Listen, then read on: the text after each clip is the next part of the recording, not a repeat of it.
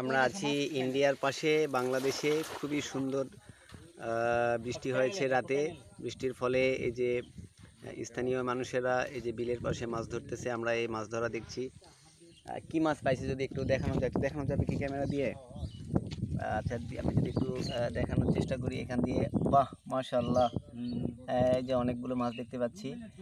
স্থানীয় ভাষায় এই মাছগুলোকে বলে চোপড়া, পুঁটি, কই, ট্যাংরা, টাকি, তেলাপিয়া, তারপরে আরও আছে আমরা শিং মাছ দেখতে পাচ্ছি।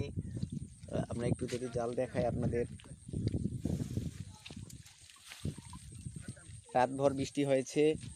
বৃষ্টিতে আশেপাশের ধানের জমি, ডোবা সব ভরে উঠেছে। আমরা কাকা মাছ ধরা দেখছেন? মাছ ধরা দেখতে ভালো লাগে? আচ্ছা, এখানে অনেকেই মাছ ধরা দেখছে। আচ্ছা, দেখি মাছ উঠেছে কিনা।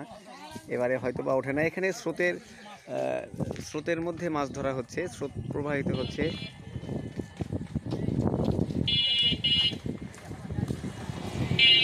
মাছ ধরার উৎসব পড়ে গেছে।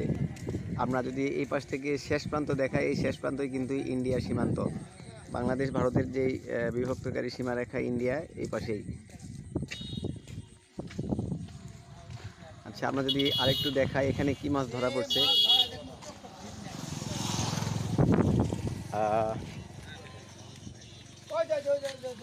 একটু দেখানোর চেষ্টা করি।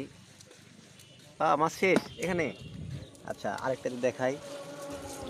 মাশাআল্লাহ, একেবারেই টাটকা মাছ, কোনো সার বিষ ছাড়া।